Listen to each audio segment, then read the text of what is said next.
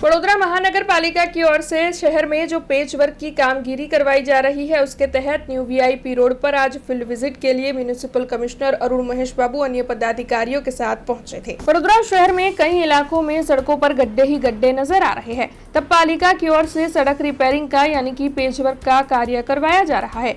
ऐसे में आज म्युनिसिपल कमिश्नर अरुण महेश बाबू अन्य पदाधिकारियों के साथ न्यू वीआईपी रोड पर इस कामगिरी का जायजा लेने के लिए यानी कि फील्ड विजिट के लिए पहुंचे थे। इस दौरान उनकी ओर से ये बताया गया कि मानव दिवस के मुताबिक काम करने में कई इश्यू थे और बरसाती माहौल अब खत्म होने के बाद फिर से सड़क पर रिपेयरिंग का कार्य शुरू करवाया गया है।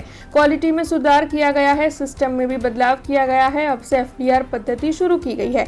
तब आज ईस्ट जोन और वेस्ट जोन की विजिट उनकी ओर से की जानी है, ऐसा भी उनकी ओर से बताया गया। ऐसे में आपको बता दें कि 1 माह के तहत इस कामगिरी को पूर्ण करने की कोशिश की जाएगी। तब वडोदरा शहर की जनता इस कामगिरी में वडोदरा महानगर पालिका को पूर्ण रूप से सहकार दे, ऐसी अपील भी इस दौरान म्युनिसिपल कमिश्नर अरुण महेश बाबू की ओर से की गई।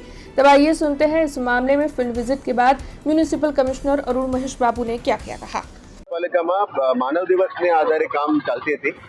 હવે માનવ દિવસના આધારે જે કામ કરવામાં આપ જાણો છો કે ઘણું બધું ઇશ્યુઝ પણ હતો કે ક્વોલિટી ઓફ વર્ક અને વર્કમેનશીપના ક્વોલિટી ઉપર ઇશ્યુઝ આવતો હતો, સવાલો આવતો હતો।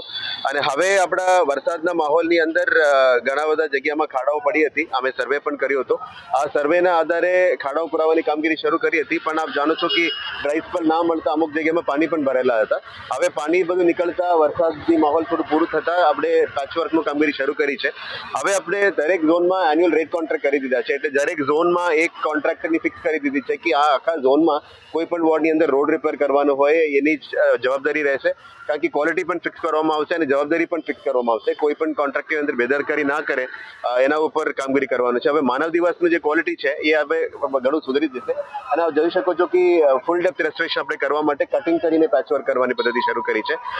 પહેલા ઉપર બ્રશિંગ મારતા હતા એટલે વારંવાર ખાડો પડતી હતી। હવે પણ આ પણ સિસ્ટમ શરૂ કરી છે। ફૂલ પ્રૂફ હજી થવામાં હજી વાર લાગશે, પણ આ ફૂલ પ્રૂફ સિસ્ટમ કરવા માટે અમે મહેનત કરી રહ્યા છીએ। આ એફડીઆર પદ્ધતિ શરૂ કરી છે। હવે ધીરે ધીરે આખું વર્ષ માટે જે એઆરસી કોન્ટ્રાક્ટ આપી છે એનાથી કામગીરી શરૂ કરવાનું નક્કી કર્યું છે। ગયા લગભગ 2 અઠવાડિયા પહેલા અમે નોર્થ ઝોન અને સાઉથ ઝોનની વિઝિટ કરી હતી। આજે ઈસ્ટ ઝોન અને વેસ્ટ ઝોનની પણ વિઝિટ કરવાના છે।